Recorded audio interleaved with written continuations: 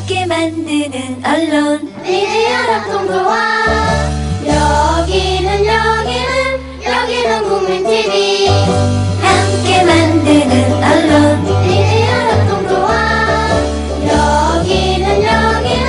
여기는 국민TV. 네, 경제뉴스 브리핑 받으시겠습니다. 헤어룸의 오진근 대표 안녕하세요. 네, 안녕하십니까. 올 1분기 돈을 안 쓴 건 정말 확실하군요. 쓰지 않고 가게에 쌓여있는 여윳돈, 각 가정들 말입니다. 그 여윳돈이 30조 원이나 된다. 그래서 3년 만에 최대치를 기록했다고요? 네, 그렇습니다. 가계 소득은 늘었지만 소비 심리 비축으로 가계가 지갑을 열지 않은 것으로 풀이됩니다.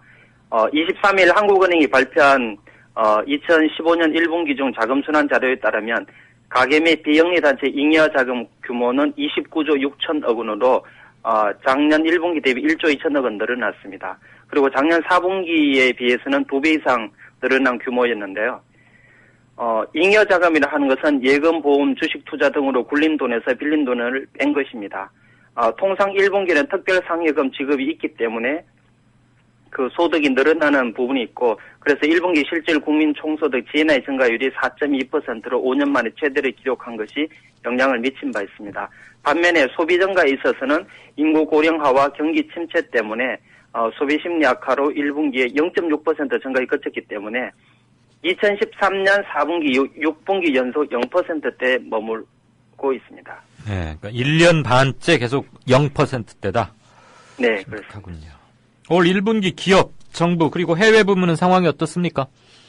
네, 금융회사를 제외한 기업 부문은 자금 부족 규모가 4조 4천억 원이고 일반 정부 부문은 재정을 조기 집행하는 바람에 작년 4분기 19조 4천억 원 자금 잉여에서 5조 5천억 원 1분기 자금 부족으로 나타났습니다. 그리고 국외 부문에 있어서는 경상수지 흑자 규모가 조금 줄어들었기 때문에 27조 3천억 원으로 자금 부족 27조 3천억 원으로 약간 줄었고요. 3월 말 총 금융자산은 1경 4,100조 원으로 4% 증가로 나타났습니다. 네. 총 금융자산이 1경 4,100조 원. 네, 그렇습니다. 그러니까 우리나라 국민들이 지금 금융자산 형태로 갖고 있는 돈을 다 합치면 1경 4,100조다 이 말입니까? 네, 그렇습니다. 경이라는 단위를 진짜 보는군요. 이거 초등학교 때 일시 백천만 해가지고 조 다음에는 그래서 그런가 보다 했는데 진짜 있네요. 자, 국가 총부채가 4,800조 원. 사실 이 정도 가면 이게 전혀 피부에 잘 와닿지 않는 숫자가 돼버리는데 이게 우리 GDP의 한 3.4배쯤 된다. 그래서 위험 관리가 좀 필요하다. 이런 얘기겠죠?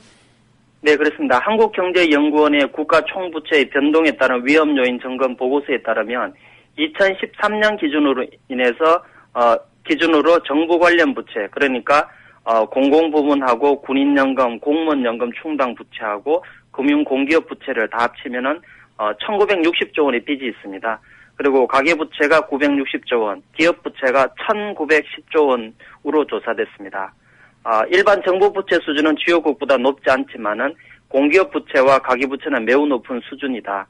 그렇기 때문에 경제의 체질 개선과 구조개혁을 통한 국가 총부채 관리가 어느 때보다 필요하다고 주장했습니다. 네. 하반기 미국이 금리를 올릴 때 그럼 이자율 상승으로 이자 부담이 좀 늘어나겠어요? 네, 그렇습니다. 최근 10년간 미국의 기준금리가 인상됐을 때 우리나라는 짧게는 2개월의 시차를 두고 금리가 상승한 것으로 분석됐습니다. 허원재 연구위원은 정부 기업과 달리 가계는 자금 조달 방안이 제한적이기 때문에 금리 인상에 따른 추가 이자 비용을 온전히 부담해야 하는 실정이라면서 이런 부분이 부담이 되고 또 정부도 재정 적자폭이 커지는 상황에서 추경 등으로 국고채 금리가 상승할 경우에는 정부의 재정 부담도 좀 더 커질 수 있다고 얘기했습니다. 현재 우리나라의 부동산 시장의 변화와 가계부채 증가 양상을 볼 때 일본의 장기 침체 과정을 답습할 가능성이 높기 때문에 구조개혁을 통한 경기 활성화 방안이 시급하다고 말했습니다. 네, 이런 똑같은 걸 요구하는 보고서들은 계속 나오는데 모르쇠인지 우이독경인지 마이동풍인지 이게 두 개가 틀린가요? 아무튼 뭐 잘 정부 정책의 기조는 안 바뀌고 답답합니다.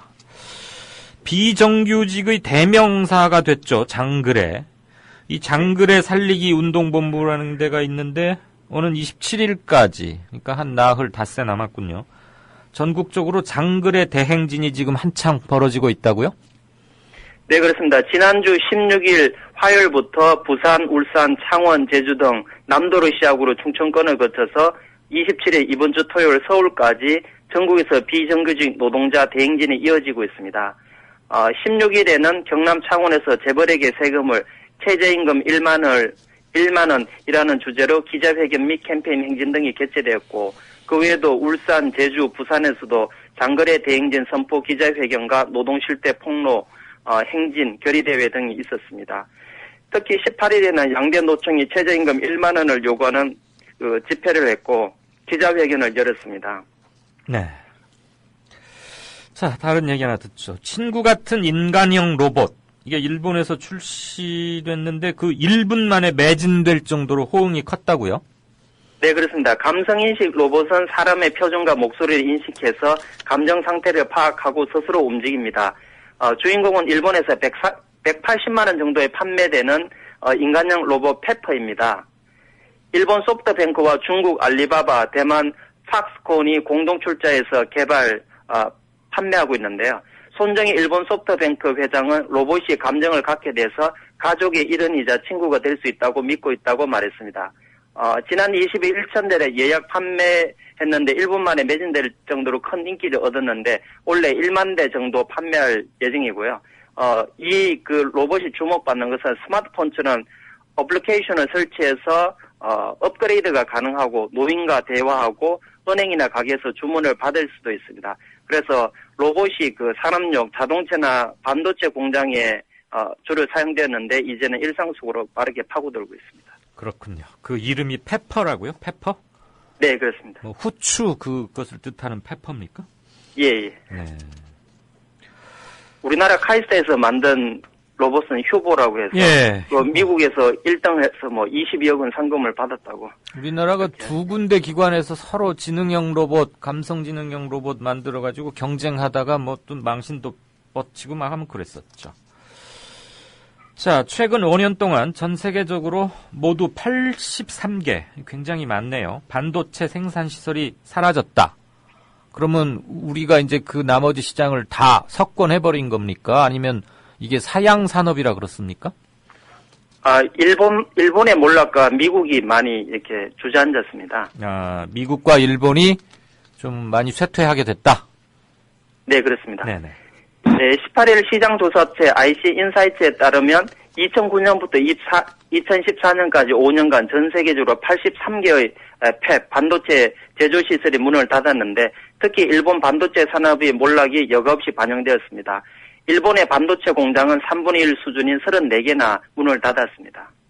네.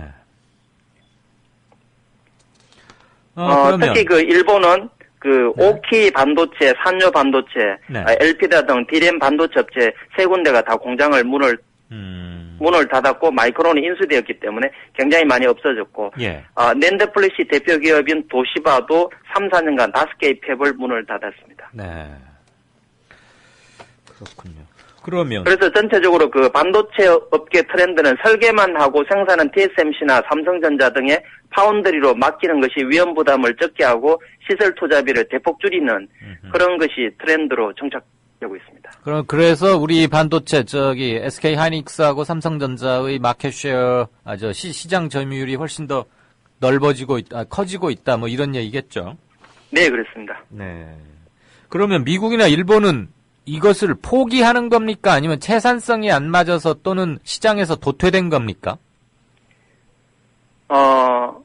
채산성이 안 맞아서 포기를 한 것이고 대부분 패블리스로 전환을 했다고 보시면 될 것 같고요. 네. 디램 같은 경우에는 일본이 아예 손을 뗐다 이렇게 보시면 됩니다. 디램은 부가가치가 굉장히 낮잖아요. 근데 지금은 낮지가 않고요. 네. 옛날에 23개 업체가 경쟁할 때는 굉장히 부가가치가 낮은데 지금은 부가가치가 어. 높은 산업이 되었습니다. 이제 뭐 많이들 없어졌으니까 경쟁 상대가 없어졌으니까 가격 결정권을 행사해서 그러나요? 아무튼 네, 그렇습니다. 비메모리에 비해서 뭐 D램은 아주 이익이 박하다. 그래서 삼성전자는 빛 좋은 개살구다. 이런 게 한 10년 전까지 10몇 년 전에도 그때는 한참 유행이었는데 상황이 많이 바뀌었군요. 아무튼 업계는 시시각각 변한다. 못 따라가면 곧 도태된다. 이런 얘기인가 봐요. 네, 그렇습니다. 네, 잘 들었습니다. 지금까지 경제뉴스 브리핑의 오진근 헤어룸 자산 대표였습니다. 국민라디오 팟캐스트 응원하는 가장 쉬운 방법 아시나요? 다운로드하기, 별점 주기, 댓글 달기, 구독하기. 국민라디오 팟캐스트 널리 알리는 가장 쉬운 방법. 다운로드하기, 별점 주기, 댓글 달기, 구독하기. 기억하세요. 다운로드하기, 별점 주기, 댓글 달기, 구독하기.